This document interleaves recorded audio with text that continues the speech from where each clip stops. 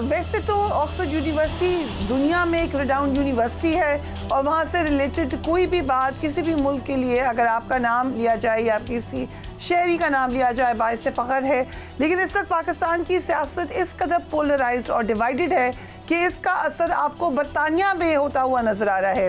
एक under usual circumstances आप कह सकते हैं कि एक यूजुअल अपॉइंटमेंट इस वक्त बड़ी अनयूजुअल बनी हुई है। बानी पीटीआई अक्टूबर में चांसलर ऑक्सफोर्ड यूनिवर्सिटी का इलेक्शन लड़ना चाह रहे हैं, लेकिन उनको इस इलेक्शन से रोकने के लिए हम देख रहे हैं कि एक मुहिम ज़ोर पकड़ती हुई नज़र आ रही है। बानी तहरीक-ए-इंसाफ को इलेक्शन से बाहर रखने का मुतालबा किया जा रहा है। अगर मैं आपको पिछले 24 घंटे की ट्वीट ही दिखा दूं जिसमें मुसलसल पाकिस्तान के पॉलिटिशियंस भी इस इलेक्शन के हवाले से ही बात कर रहे हैं। मसलन मियां जावेद लतीफ़ ने ट्वीट की, सादिक खान में लंदन की कैंपेन के ख़िलाफ़ गोल्डस्मिथ फैमिली का जो इमरान खान ने साथ दिया और लोगों ने सख्त रद्द अमल देकर गोल्डस्मिथ फैमिली को शिकस्त दी। आज गोल्डस्मिथ फैमिली ऑक्सफोर्ड यूनिवर्सिटी के चांसलर के लिए इमरान खान की कैंपेन कर रही है। इसी तरीके से दीगर लोगों ने भी इस पर कमेंट किया। हमने देखा कि गवर्नमेंट की तरफ से भी इस पर प्रेस कॉन्फ्रेंस की गई। इंफॉर्मेशन मिनिस्टर पंजाब ने भी इस पर कमेंट किया।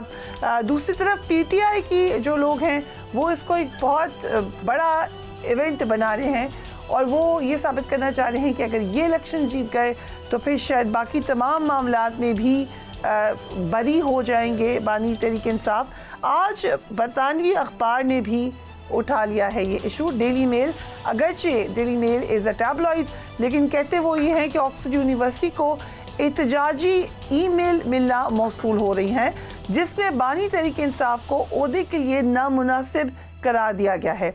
ईमेल्स में कहा गया है कि करप्शन केसेस में सज़ा याफ्ता शख्स का ऑक्सफोर्ड यूनिवर्सिटी जैसे तालीमी इदारे के चांसलर का इलेक्शन लड़ना काबिल कबूल नहीं है।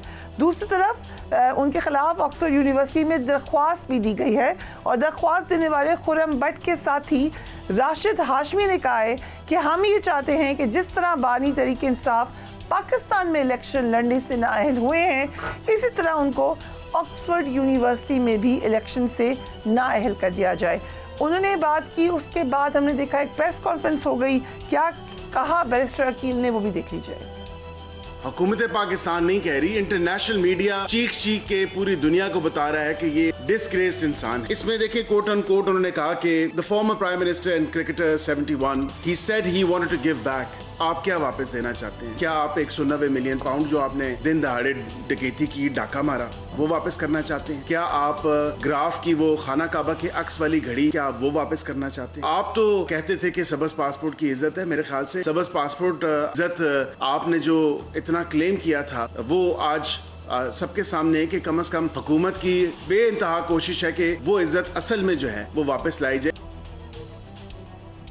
ऑक्सफोर्ड यूनिवर्सिटी में दरख्वास्त दायर करने वाले राशिद हाशमी भी हमारे साथ मौजूद हैं। अजहर साहब जो कि पीटीआई से हैं वो भी हमें ज्वाइन करेंगे एंड उज़मा कादा साहिबा भी हमारे साथ मौजूद होंगी। राशिद हाशमी साहब, thank you so much for being on the programme. बताइएगा कि जो दरख्वास्त आपने ऑक्सफोर्ड यूनिवर्सिटी को दी है, आप लोग क्यों नहीं चाहते, अगर एक पाकिस्तानी शख्सियत को ये ऑनर मिलता है तो व्हाट इज़ योर ऑब्जेक्शन?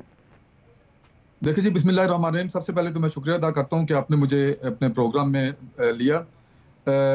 जैसा कि आपने पूछा कि एक पाकिस्तानी शख्स को ऑक्सफोर्ड यूनिवर्सिटी का चांसलर बनने से रोकना चाहते हैं, तो ऐसी बात नहीं है। बेसिकली देखें वो पाकिस्तानी शख्स है कौन, कि जो कि पाकिस्तान ना सिर्फ पाकिस्तान की अदालतों से सजा याफ्ता है बल्कि यहाँ से जो यूके में जो NCA ने, नेशनल क्राइम एजेंसी जो है यहाँ की, जो बहुत ही मुस्तनिद अदारा है, उसने एक खतीर रकम रिकवर करके पाकिस्तान भिजवाई गई थी और उसमें जो उस वक्त के जो वज़ीर आज़म थे जो कि इस पोस्ट के लिए जिन्होंने अप्लाई किया हुआ है, उन्होंने वहाँ पे कैबिनेट से एक बंद लिफाफों में मंजूरियाँ करवाई गई थी।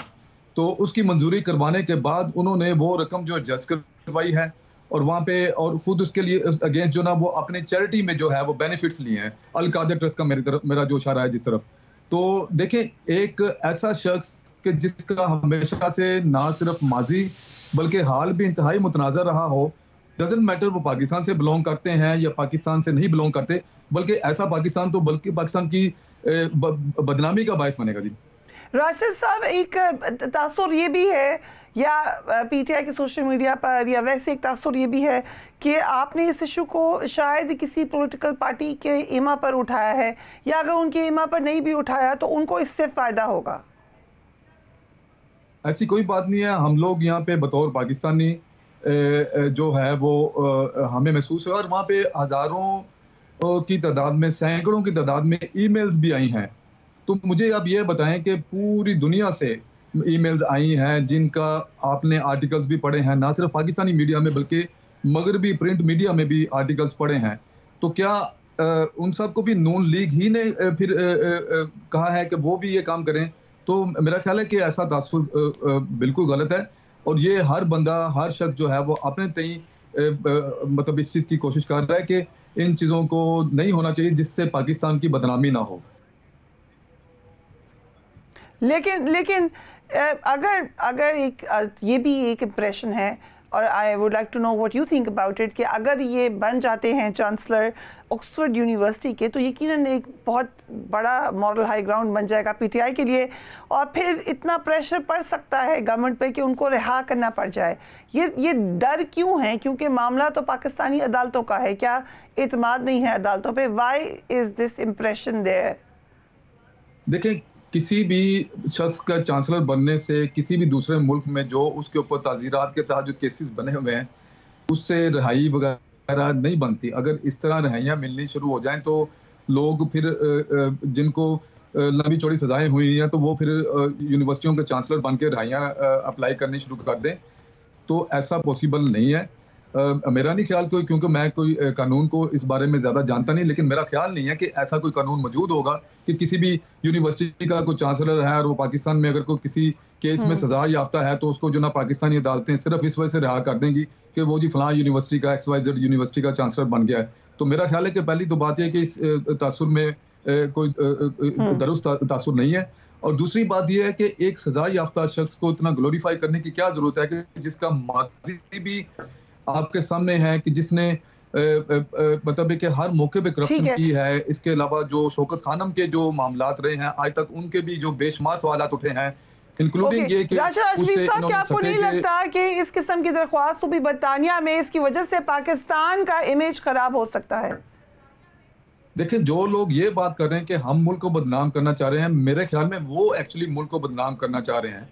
तो हम लोग कोई अपने पास से इल्जाम बात नहीं लगा रहे, इल्जाम पर इल्जाम नहीं कर रहे। कोई एहतजाज भी रिकॉर्ड कराएंगे आप यूनिवर्सिटी में जाके, एक्चुअल एहतजाज करेंगे? देखिए, ऑप्शंस अवेलेबल हैं, इसके बारे में कुछ भी चीज़ों को आप रूल आउट नहीं कर सकते। तो जब वक्त आएगा तो इंशाल्लाह ताला उसके मुतालिक भी हम आपको अप टू डेट रखेंगे जी।